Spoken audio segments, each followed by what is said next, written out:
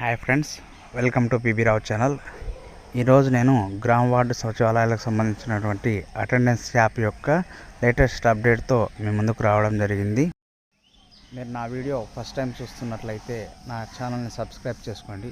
మరెన్నో ఇలాంటి videos latest updates రూపంలో మీ ముందుకు రావడం జరుగుతుంది.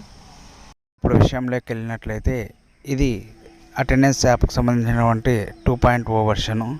ఇందులో రెండు మెయిన్ ఫీచర్స్ అనేవి యాడ్ చేయడం జరిగింది. మొదటిది వచ్చేసి ట్రెడిషనల్గా మనం అటెండెన్స్ వేయడానికి రూరల్లో అయితే పంచాయతీ సెక్రటరీ యొక్క లాగిన్ని, అదే అర్బన్లో అయినట్లయితే అడ్మినిస్ట్రేటివ్ సెక్రటరీ యొక్క లాగిన్ అనే దాన్ని యూజ్ చేసుకుని మనము అటెండెన్స్ అనేది వేసేవాళ్ళము.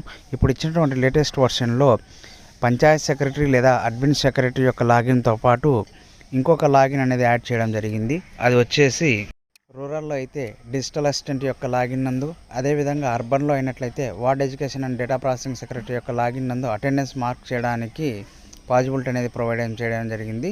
ఇప్పుడు అటెండెన్స్ అనేది మార్క్ చేయడానికి పంచాయతీ సెక్రటరీ లేదా అడ్మిన్ సెక్రటరీ యొక్క లాగిన్తో పాటు డిజిటల్ అసిస్టెంట్ లేదా ward education data processing secretary యొక్క లాగిన్స్ అనేది యూజ్ చేసి మనము అటెండెన్స్ అనేది మార్క్ చేయవచ్చు.